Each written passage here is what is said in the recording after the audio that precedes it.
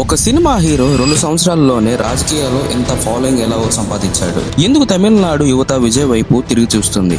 ఇది కేవలం cinema craze మాత్రమేనా, లేక దీని వెనుక పెద్ద ప్లాన్ ఏమైనా ఉందా? ఈ విషయం చాలా మందికి తెలియదు. ఈ వీడియో చివరి వరకు చూస్తే విజయ్ రాజకీయ ప్రయాణం వెనుక ఉన్న అసలు కారణాలు మీకు క్లియర్గా అర్థమవుతాయి. అసలు విజయ్ ఎవరు? విజయ్ తమిళనాడు సినిమా ఇండస్ట్రీలో చాలా పెద్ద స్టార్. సంవత్సరాలుగా ఆయన సినిమాలు తమిళనాడులో భారీ కలెక్షన్ సంపాదించాయి. కానీ ఆయన కేవలం హీరోగానే ఆగలేదు. నెమ్మదిగా ప్రజల సమస్యల గురించి మాట్లాడడం ప్రారంభించాడు. విద్య, ఉద్యోగాలు, అవినీతి, యువత భవిష్యత్తు గురించి ఇలాంటి విషయాలపై ఆయన స్పందించడం వల్ల ప్రజలు ఈయన రాజకీయాల్లోకి వస్తే మార్పు తీసుకురాగలడు అని అనుకోవడం ప్రారంభించారు. అసలు టర్నింగ్ పాయింట్ ఏమిటి? ఇక్కడ అసలు విషయం ఉంది. విజయ్ ఒకసారిగా రాజకీయాల్లోకి రాలేదు. అతను చాలా కాలంగా తన అభిమాన సంఘాలను బలంగా తయారు చేశాడు. తమిళనాడులో ఆయన ఫ్యాన్స్ క్లబ్స్ ని చాలా యాక్టివ్ గా పనిచేసేలా చేశాడు. రక్తదానం, పేదలకు సహాయం, విద్యార్థులకు సపోర్ట్, వర్షాలు వచ్చినప్పుడు సహాయం, ఇలాంటి సోషల్ వర్క్ చేశారు. దీంతో ప్రజల్లో ఒక నమ్మకం ఏర్పడింది. ఇవాళ సినిమా హీరో రేపు నాయకుడిగా కూడా కావచ్చని. యువత ఎందుకు సపోర్ట్ చేసింది? ఇది చాలా ముఖ్యమైన పాయింట్. తమిళనాడులో చాలా మంది యువత పాత రాజకీయ పార్టీతో బోర్ ఫీల్ అయ్యారు. కొత్త నాయకుడు కావాలని అనుకున్నారు. ఆ సమయంలో విజయ్ వచ్చాడు. ఆయన మాట్లాడే విధానం కూడా యువతకి కనెక్ట్ అయ్యింది. సింపుల్ గా మాట్లాడడం, స్ట్రైట్ ఫార్వర్డ్ గా మాట్లాడడం, కోపంని కంట్రోల్ చేసుకుని మాట్లాడడం, ఇవి యువతకి నచ్చాయి. ముఖ్యంగా సోషల్ మీడియాలో విజయ్కి చాలా పెద్ద ఫ్యాన్ ఫాలోయింగ్ ఉంది. ఇది కూడా చాలా హెల్ప్ చేసింది. సినిమా ఇమేజ్ ఎంతవరకు ఉపయోగపడింది? ఇది కూడా నిజం. విజయ్ సినిమాలలో పేదల కోసం పోరాడే హీరోగా కనిపించేవాడు.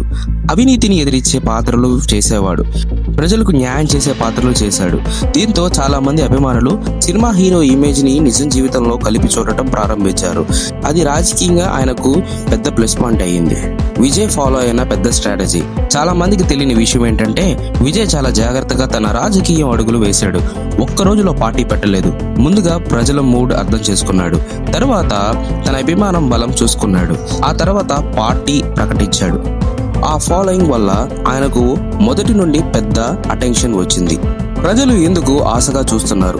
చాలా మంది ప్రజలు ఇలా అనుకుంటున్నారు, కొత్త వ్యక్తి వస్తే మార్పు రావచ్చు, యువతికి అవకాశం ఇవ్వాలి, కొత్త రాజకీయాలు చూడాలి. ఈ ఆశ కూడా విజయ్కి బలంగా మారింది.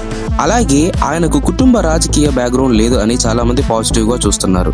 కానీ ముందున్న ఛాలెంజ్ ఏంటంటే ఇక్కడ ఒక ముఖ్యమైన విషయం గుర్తుపెట్టుకోవాలి. సినిమాల్లో స్టార్ అవటం ఒకటి, రాజకీయాల్లో గెలవడం మరొకటి.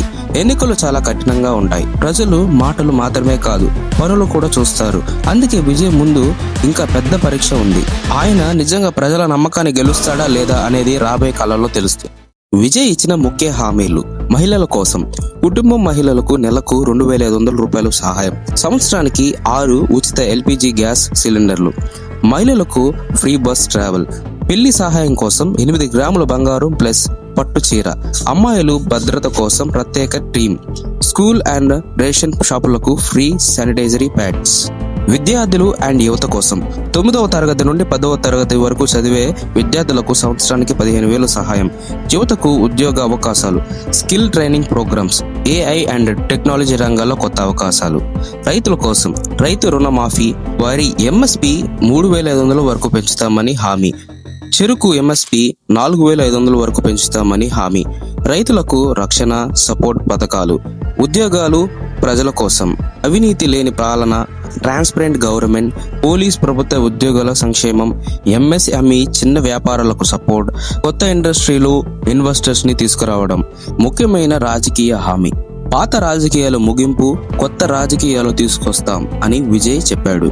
తమిళనాడులో పెద్ద రాజకీయ నాయకుడిగా మారగలడా, లేక సినిమా క్రేజ్ వరకే ఆగిపోతాడా? మీ ఒపీనియన్ కామెంట్ లో చెప్పండి. ఈ వీడియో మీకు ఉపయోగపడితే లైక్ చేయండి, షేర్ చేయండి. మరిన్ని ఇలాంటి ఇంట్రెస్టింగ్ వీడియోస్ కోసం వెంటనే సాల్మన్ రాజ్ రివ్యూస్ ని సబ్స్క్రైబ్ చేసుకోండి.